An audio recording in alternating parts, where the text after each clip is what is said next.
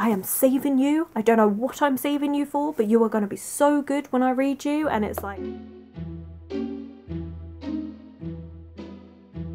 Hello my loves, and thank you for joining me. It's Kirsten and we are doing 24 books I want to read in 2024, which sounds absurd to be quite honest, but I love having these year-long TBRs. It was really fun to try and do for, I think I did the same for 22 and also 23, so I don't know, I really enjoy it. It's just a fun thing to try and keep myself accountable for books that I keep meaning to read but just don't end up reading. Out of the 23 books to read in 2023, so far I only have 4 books that I haven't read at all and 3 books that I've started but not finished. I think that's really good actually. I'm very pleased with those results. So if I can do that in 2024, I'll see this as a win. But let's just get straight into the different books that I want to read across the year, which does work out to 2 a month, but I'm probably not going to read it as 2 a month. It's probably going to be a couple months go by without me reading any, and then in 1 month I'll read like 4 or 5. Potentially. That's kind of what happened in last year, this year. Moving on. The first book I'm going to talk about is Carrie by Stephen King. I have been saying I'm going to read this for the last few months now. This was gifted to me from a colleague at work. He loves Stephen King, absolutely loves his books. Also Chris, who is a lovely YouTuber, she has been making her way through all of the Stephen King books, and I've not read a single Stephen King, and I feel like I should, but I'm also really intimidated. Like, I don't know, I just don't know if Stephen King's gonna be for me, which is very silly to say considering I've not even read one of his books. And this one is not big, like it's not intimidating at all. This one is about a girl who has telekinesis, and we're going to prom night and things start going wrong.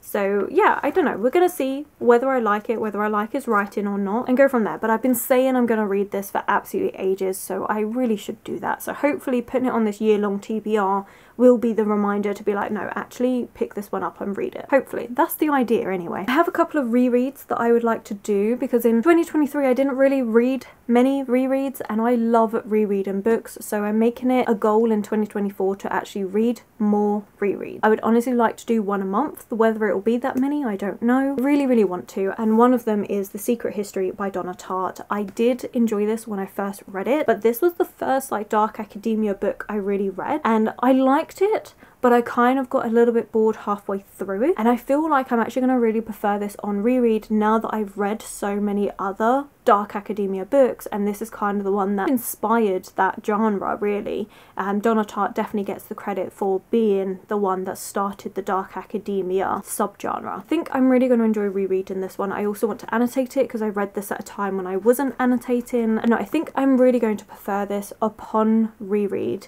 and especially seeing all of the things that have inspired other books. So yeah, this is definitely one I want to reread. I've been thinking about this again for a few months, and I know that unless I actually put it on a TBR like this, it's not going to happen. Another one I want to reread is Master of Sorrows by Justin Cool, and this is because I want to actually finish this series. I have the second book on my TBR, just not read it, and the third book is out. I'm not sure what's happening there. Basically, I need to reread this first book so that I can reread the second book, a bit like what I did with the Rook and Rose trilogy in 2023. I actually reread the first one so that I could then continue on and finish out that trilogy. Need to do the same for this one, because again, I think it's going to be one that I like. I remember reading this one and I liked it. I feel like it's definitely more of a setup book for what is to come. We're following Nymph, is someone that is living with this kind of recluse, like he's been brought up by this kind of like master who is kind of ridiculed by everyone else. He lives in this very tight-knit group, and he wants to become an avatar, warriors and thieves capable of infiltrating the most heavily guarded vaults, and only the most determined are trusted to resist the lure of magic, because in this world magic is seen as evil, it's not allowed, and Nymph desperately wants to become an avatar. However, he also knows that magic isn't always bad, because magic is what's keeping him alive, really. Because again, in this world, people that are disabled are seen as evil as well. That's seen as a mark of being evil, and a Nymph is someone who is classed as disabled. I think he's missing an arm. Is it an arm? Been a while since I've read this book, you can probably tell, but I really found it all very interesting. I felt like when I was reading this one, I'd already read things similar, but This is a villain origin story, and so I think from the second book it's really going to change. And again, I think on reread I'm really going to prefer this book, so I really want to get to this one. I really want to reread it, and I want to continue on and finish out the series. So that is a goal for 2024. Maybe I should do a separate goals video. I don't know, you'll have to let me know in the comments below, but part of them is reread more and also continue on with series that I've started. I want to finish out at least a couple of them, so yes, this is one I definitely need to do, as well as the Traitor Barrow Cormorant, and this is by Seth Dickinson. So I started reading this. The UK edition is called just The Traitor, and I was really loving it. Oh my gosh, I was loving it. I think it was absolutely fantastic. I was really enjoying it. We're following Barrow, who one day these people come over to her country and they are colonizing. Basically, they've come across, they've been doing it slowly over time for years and years and years, slowly coming in with merchants who will only trade in their money. So they will take currency that is there, but then give them back the other invaders' currency, so that they can't then spend it on anywhere else because nowhere else is going to accept this apart from them. Slow things like that have been creeping in to slowly colonize this place, and then it happens. Barrow is so angry about what has happened, especially because her family and the culture that they have is very open. Relationships are very open. It's not the heterosexual normative that you have to be in. Obviously, if you want to be in, you can, but you do not have to be. It's very open and it's lovely, but then colonization comes in and they're like, no, this is wrong, this is disgusting, how can you do this? It has to be one father, one mother. That is the only thing that is acceptable. And Barrow's family gets torn apart because of all of this. So she decides, I am going to get my revenge, but I'm going to do this from the inside. And so she goes through all this training. She acts like, yeah, I definitely agree with everything that's being said, and she becomes a model person to get inside this structure that is taken over, this political structure, and she ends up doing some dreadful things. Now, I got about halfway through this and then I stopped reading it because then I went to New York and I got these beautiful editions. I got all 3 of the books. It's the start of a trilogy. I was determined that I was going to reread the start I'd already read and then continue on and finish it, and I was going to be annotating and everything as I go because I loved it. Then I just never did it. Like, I've read the half, I was in love with it, fully recommend this book, think it's fantastic. It is very dark, but I love the things that it's talking about. It's an old series. It deserves so much more love, but I just kind of put it down. And I do that with books that I know I'm going to really enjoy. I do that because I'm like, you are going to be amazing. I'm going to come back to you and savour you. Then I'll put it off for ages because I'm like, but I know you're going to be really good. And so I want to save you for a time when I need that really good book. I have got to stop doing that. I have got to just start reading the books that I know are going to be fantastic and enjoying it. Why I do that to myself, I don't know. But I always do. I'm always like, I am saving you. I don't know what I'm saving you for, but you are going to be so good when I read you. And it's like, girl, please just read the damn book. And so this is going on the TBR. Actually, all of them are going on the TBR. So technically this 24 and 2024 is more like 30 to read in 2024 because I have this series that I want to finish out, or at least get up to date in. This trilogy I want to read, so that's already technically only taking up 2 spots, but that's 6 books already. So am I a bit insane? Definitely. But do I need this shove to get things done? Oh my god, yes. I'm a list person. If it's in a list, I'll do it. If it's not, it's never happening. This is going on the list. Technically, this was on the list for 2023, and then I just stopped. So we're now going to do this and the whole series on 2024, so that I actually do finish this, but because I think it's going to be amazing. The half that I read was so good, so gritty, and just perfect. So I have to finish this series. So we're going to reread the half that I've already read, and then continue on and finish out all the books. That is what we're going to do. Then we have something lighter to break everything up, and that is The Magician's Daughter by H.G. Parry. This is what my mum got me for my birthday, and I think it's just going to be a nice, light, fluffy fantasy, which I do like every so often to break up everything. I am much more of a darker reader. I love darker themed books, but every so often you do need a light-hearted book to pick you up. Or you could be complete opposite to me and you prefer to read all the light-hearted things with the occasional touch of darkness every so often. But this one sounds really heartwarming and lovely. We are in a place of ruins and ancient trees, salt air and fairy lore. We have High Brazil is the only home Biddy has ever known. Washed up on its shore as a baby, Biddy lives a quiet life with her guardian, the magician Rowan, a life she finds increasingly stifling. One night, Rowan fails to return from his mysterious travels. To find him, Biddy must venture into the outside world for the first time, but Rowan has powerful enemies, forces who have hoarded the world's magic and have set their sights on the magician's many secrets. Biddy may be the key to stopping them, yet the closer she gets to answers, the more she questions everything she's ever believed about Rowan, her past, and nature of magic itself. And no, I've heard nothing but really like sweet, heartwarming, cozy fantasy vibes. So that's what this one is for. Then we have the first binding, and this is by R.R. Verdi, and this was gifted to me by Naomi. I've been talking about this book a lot lately, which has really got me going. I need to read it in 2024. Like, I really do. I'm really excited for it. And I've spoken about it so much, I feel like you must be bored. But this is a epic fantasy of a gentleman that is called Ari. And Ari is someone that is now kind of in hiding, sort of. He is a storyteller and a singer on the run, hoping to find obscurity in a tavern bar. But the sins of their past aren't forgotten, and neither are their enemies. Their old lives are catching up with them swiftly, and it could cost them the entire world. No one can escape their past, and all stories must have an ending. I feel like that last bit, all stories must have an ending, is a bit of a shot to Patrick Rothfuss, because this book is very similar to Name of the Wind. Very, very similar premise. Everything about this book is very similar, and I feel like that last bit, all stories must have an ending, is a shot, because Name of the Wind, we don't have an ending. We're still waiting on that third book. It's been so many years. So many years, and we're not any closer to having it out. Instead, the thing that Patrick Rothfuss has done recently is a little novella, which is great, but it's only a reworking of a short story that he did, so it's not actually anything new in this world that we want.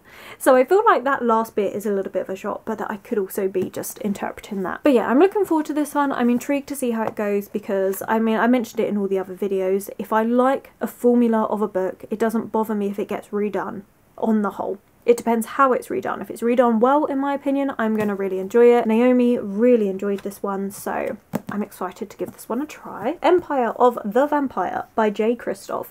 This is a book my dad got me for my birthday, and I have been meaning to read it for ages, but just not picked it up, because I think this book is going to be really, really good. However, I don't really like J. Kristoff's writing. I say that with only having read Nevernight by him, and I didn't finish it. I kind of DNF'd it, so I don't know whether it was the writing style, whether it was just that book, because then I did pick up a young adult sci-fi that he co-wrote with someone else. It's been a while since I've read that book. Again, that's another series I really should be continuing on with, but and I did like that. Amy Kaufman, that's it. And I did like that. That was Aurora Rising. We're gonna give this one a try. Again, it has all the hallmarks that I like. We are hearing a story of this vampire hunter, and he's telling his story. He is currently imprisoned, and it's going to be a really gritty look into that. So I think it's going to be fantastic, because again, I love the element of being told, like having a character who's then telling their story and what happened and leading up to it all.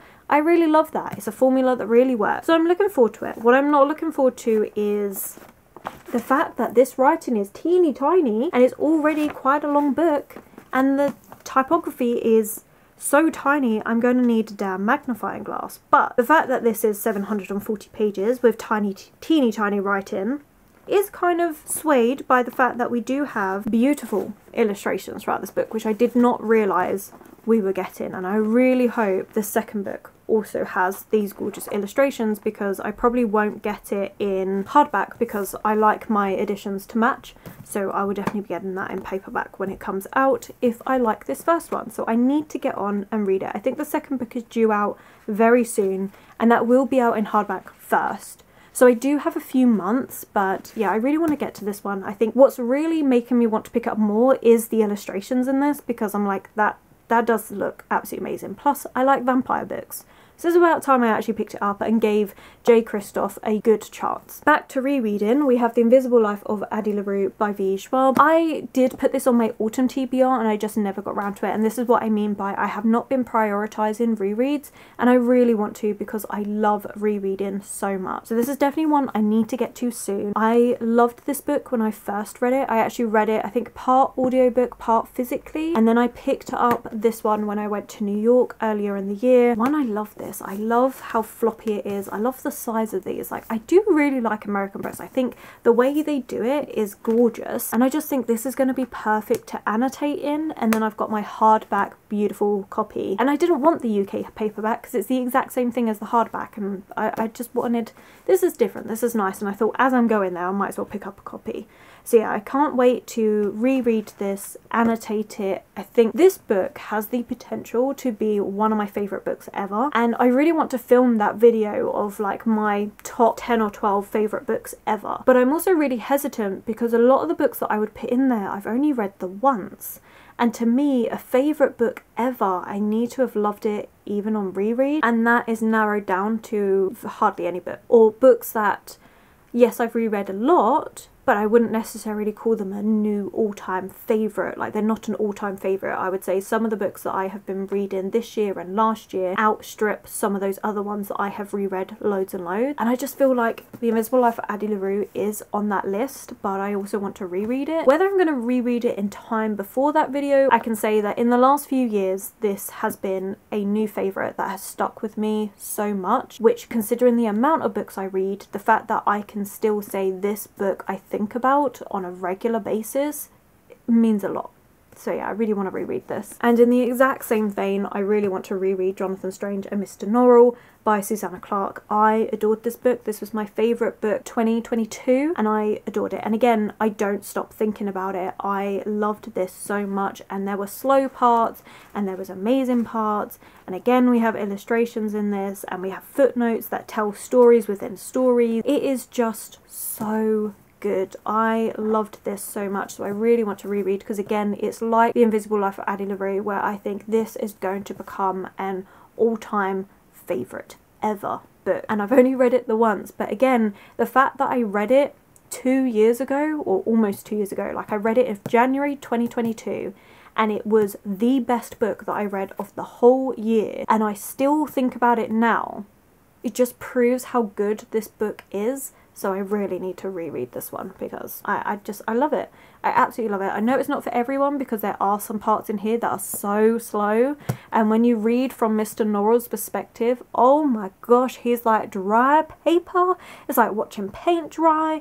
But it also works so well, and is just a mark on how fantastic Susanna Clarke is as a writer, that even reading their perspectives, you get to feel for their mind. It's so good. So yeah, I love this. I really want to reread it. It was fantastic, and yes, it's a reread of like 1,000 pages, but I love it. I really, really love it. I think it's fantastic. Okay, we are getting nowhere, really, nowhere fast. But one that I also want to read is Gideon the Ninth by Tamsin Muir. This is one that I picked up because of Sylvie used to do book videos here on YouTube, and I used to love watching them, and this is a series that she adored. And I saw the second book for 99p, so I was like, well, I have to get it. But then of course I needed the first book, and I haven't actually read it. I've been too intimidated, because this is quite intense sci-fi, and I'm still starting to read sci-fi. Like, I haven't read many sci-fi books, and this one I have heard is quite a confusing series, but I do really want to read it. I really want to start this series, and if I get into it, if I really like it, then I would also like to finish this series in 2024. Sylvie now mainly does like tarot videos, so if you're interested in tarot, I will have her channel linked below. Again, amazing. But yeah, so I really need to read this one. I want to start the series, and like I say, if I do like it, I will try and continue the series. Probably won't finish it all, but definitely at least read the first 2 books that I have on my TBR. I'm very intrigued. I always hear really, really good things, but I also hear it's very confusing, which is a little bit off-putting, but I think it's going to be great. This is all about necromancers in space. It sounds so fun and great, and I feel like there's going to be a bit of humour to it, but it's also going to be dark and gritty, and I just need to get into it. I feel like, again, this has potential to be a really good book, so I just need to do it. I feel like this pile is the most unstable thing. We then have The Cleave by Juliet E. McKenna, and this is a retelling of King Arthur, but from 4 women's perspectives. So I'm probably going to butcher all of these names, but we have Igraine, Morgana, Nimue and Guinevere, and have all been blamed for the troubles which befell Arthur and Merlin by the chroniclers of Camelot. In truth, they were women with their own powers, destinies, whose stories became entwined with the legend of the once and future king. It's just a retelling of the Arthurian legends. I don't know, I'm not really a massive person for Arthurian legends, but I loved this cover. I saw it and I could not put it down. I have not heard of this book. I've not heard of anyone talking about this book. Goodreads reviews aren't that favourable, but I'm going to give it a go regardless. But I also forget that I have it. So this is me putting it on a TBR so that I don't forget that I have it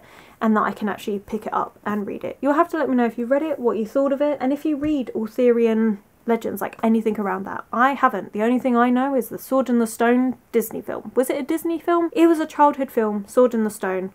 I watched that and I've read one other retelling, which I did not get on with. That is it. So we're going to be going in a little bit blind, but we're going to give it a try anyway. We then have The Book Thief by Marcus Suzak, and this is a book that was on my, was it on my autumn TBR? Regardless, I've been saying I'm going to read this book for absolutely ages and I still haven't picked it up. And again, I think it's going to be, it's a book that I know I'm really going to like. I have really high expectations, and so as a result, I keep putting off. But this, we are following Death, and it's in Nazi Germany. The country is holding its breath and death has never been busier. Liselle, 9-year-old girl, is living with a foster family on Himmel Street. Her parents have been taken away to a concentration camp. Liselle steals books. This is her story and the story of the inhabitants of her street when the bombs begin to fall. Yeah, it's going to be such an impactful book, and I think that's another reason why I put it off, is I've really got to be in the mood to read something like this because it's going to be so gut-wrenching, but I also think it is going to be absolutely beautiful. So I have to read it. I have to read it in 2024. I do not want to keep putting this off. I think it's going to be fantastic. That's another goal for me this year, is stop putting off the books that I know I'm going to really enjoy and just read them. On a completely different vein though, I have Court of Swans by Melaine Dickerson, and this I picked up at Yale in 2022. Was it? Yeah, 2022. And I've still not read it. This is just a young adult historical fiction, is focusing on England in 1381. We are following Delia, who is daughter of an earl. Her life is shattered when her father dies and his wife accuses Delia's 7 brothers of treason and murder. The youngest is only 10 years old, but this doesn't stop the guards from hauling them off to the Tower of London, where they await a grim fate. But yeah, I keep putting it off because it's historical fiction, and historical fiction is something that on the whole I tend to really like, but I also don't read a lot of. It's a bit like classic books. I've really got to be in the mood for it. As much as I know I'm going to read it and I will enjoy it, I also really have to be in the mood for it. So again, this is just putting it on there. It's just a reminder that we do need to get to this one. It's not as high priority as some of the others, but it's definitely one that I would like to get to. Again, I've not heard anyone talking about this book, so you'll have to let me know if you think it's any good, if you've read it. It will at least give it a try and get it off my TBR. Now we're going into a load of classics because, as I said, did I say it at the start of this one? Or did I think about saying it? But I want to read more classics in 2024. I want to read at least one a month. Rereads and classics and books that I think I'm just going to adore are things that I really want to prioritise for 2024. Let's go through some classics. The first one I have is Robert Louis Stevenson's Treasure Island. Didn't even know that he was the author of Treasure Island. Treasure Island is a book that I've always heard about, I've always heard referenced, I've never actually read, but I did enjoy Dr. Jekyll and Mr. Hyde by him. I've also read some of his other short stories, so I'm intrigued to give his bigger story a try. Even Dr. Jekyll and Mr. Hyde, that's only a short story, and this one is 266 pages long, so it's quite big for him. But yeah, I've heard so many people talking about this, and like I say, it's referenced in so many things,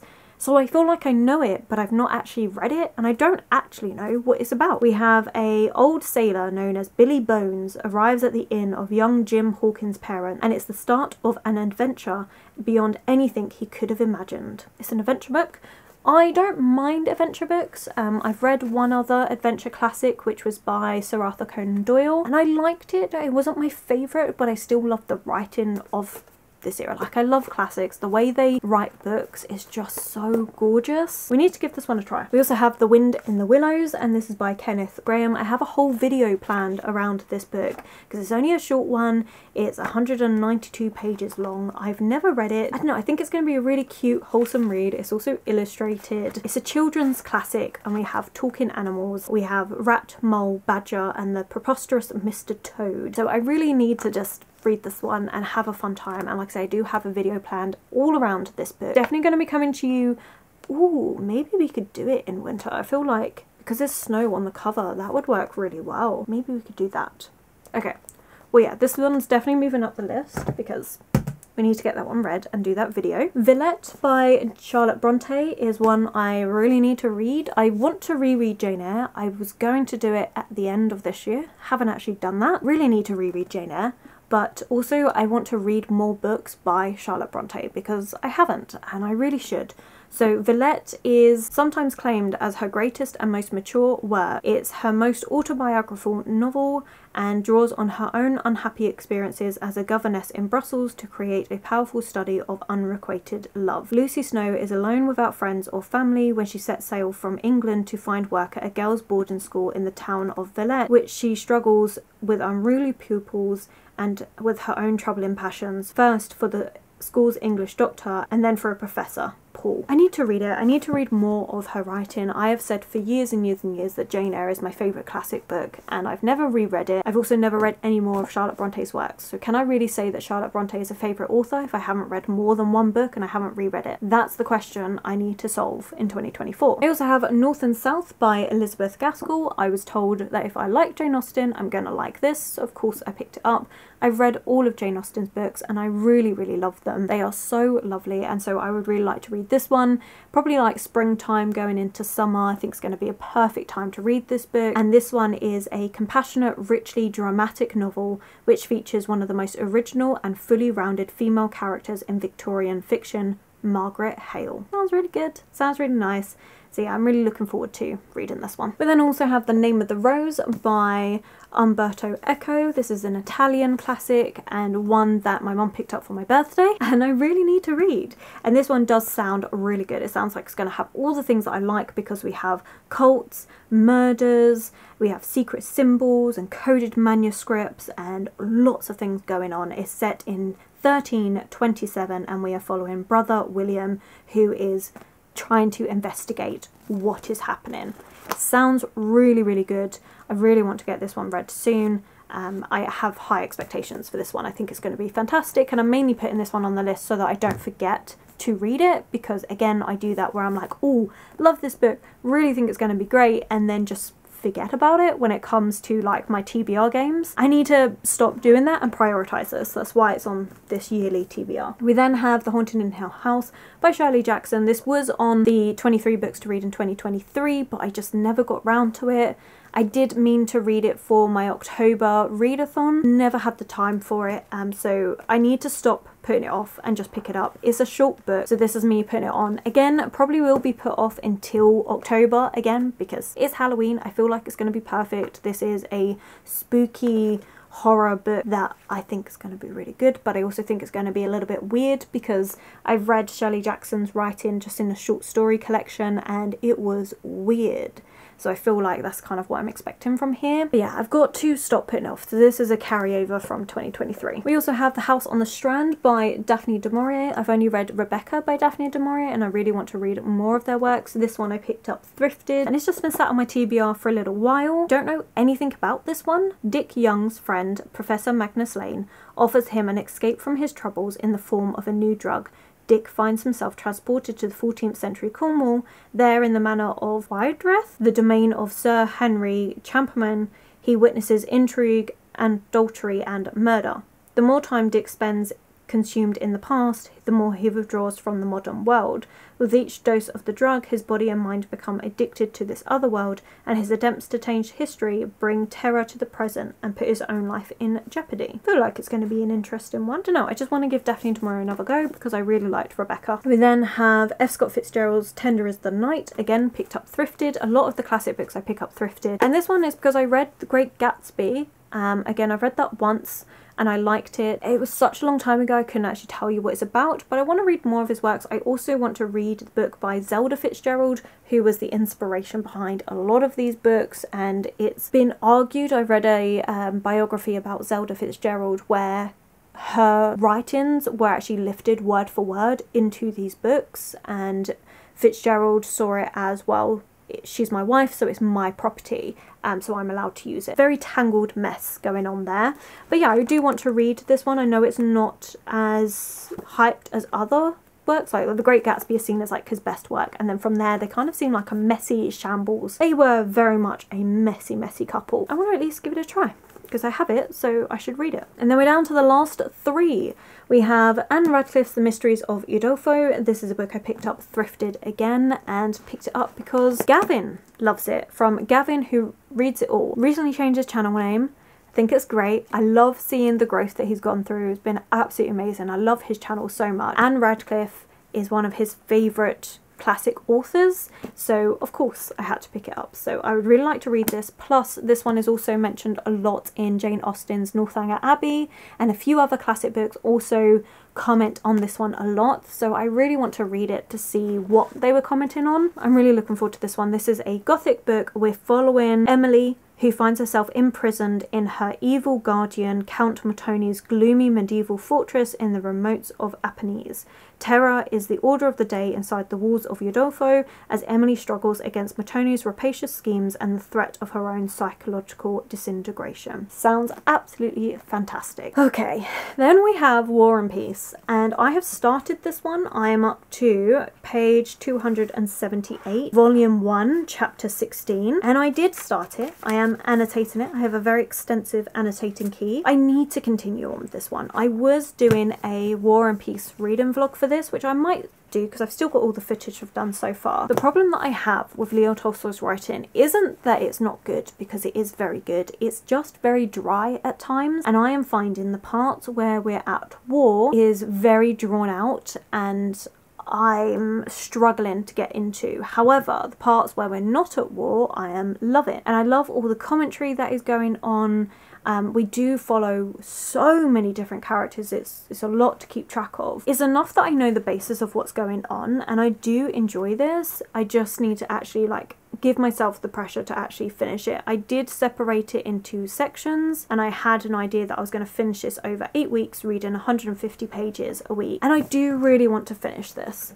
So I'm really going to give it a good go in 2024 and just pick it up as and when I'm feeling like it, and try and get that video done as well. The video is more for me than anything else, because I just want to document my experience of reading this, and I also reading this book is just for me to be able to say I've read it. There's a couple of classic books where I'm like, I really want to be able to have read these to see if they are that good, see if they're going to become a new favourite. This is one of them. Also Les Miserables, and I know I'm mispronouncing that dreadfully, and also The Count of Monte Cristo. They are three big classic books that I am intimidated by, and I really want to see if I like them. We need to at least read War and Peace, because that's the one I own. I was going to, if I'd finished this by 2023, I was going to start on probably Count of Monte Cristo next and do that for 2024, but we haven't finished this, so we're going to need to finish this. And then the very last book is a non-fiction book about Charlotte Bronte, and this is A Fiery Heart by Claire Harmon, and this is just a bit of information about Claire Bronte. I picked this one up secondhand as well, and this is just looking into her life. So the genius of Claire Harmon's biography is that it transcends these melancholy facts to reveal a woman of whom duty and piety gave way to quiet rebellion and fierce ambition. Drawing on letters unavailable to previous biographers, we depict Charlotte's inner life with absorbing, almost novelistic intensity, and she seizes upon the moment in Charlotte's adolescence that ignited her determination to reject poverty and obscurity. I think it's going to be really good, really interesting to read. The only thing about this one is normally biographies that I've read have had like photos. Oh, we do have photos. What am I talking about? So I have no reason to put this one off. Let's just read it and give it a go. And I am really intrigued. That's one thing. I like reading non-fiction, I found. I want to read more of it this year. I like reading non-fiction about authors that I really like. So I've read a biography on Mary Shelley. I've read one on Zelda Fitzgerald just because I was fascinated by what was going on there. I've also done a few other biographies that aren't on authors that I like, but just about people. So David Attenborough, I read his non-fiction book. I really am enjoying it. It's not something that I'm going to gravitate to all the time, but I wanted at least one non-fiction book on this TBR, and this is the one I chose. So yeah, very intrigued. So that is it. Those are the 24 books I want to read in 2024. You'll have to let me know, do you like doing a yearly TBR or are you not as bothered? I would really like to get to these. As we saw, the majority were classics. I feel like half of this was classics and then half non-classic, but I really want to get to them and I'm trying to focus on different things in 2024, so fingers crossed we're going to get through all of this and we're going to love them all. That's the hope. Thank you so much for watching. I know it's been a bit of a longer video, but I hope you've enjoyed it anyway. I think if you have made it this far, then as I said, let me know. Have you read any of these books? Do you plan on doing a TBR for the year ahead, or do you like to just read anything as you go? And leave a firework emoji in the comments below if you've made it this far, or if you just don't know what you want to comment, then just put a firework in the comments below. But thank you so much. If you have enjoyed this video, then please do give it that thumbs up, subscribe and comment. Those 3 things really help this channel grow. My social media links and anyone I've mentioned will be linked below, and I will of course catch you in the next video.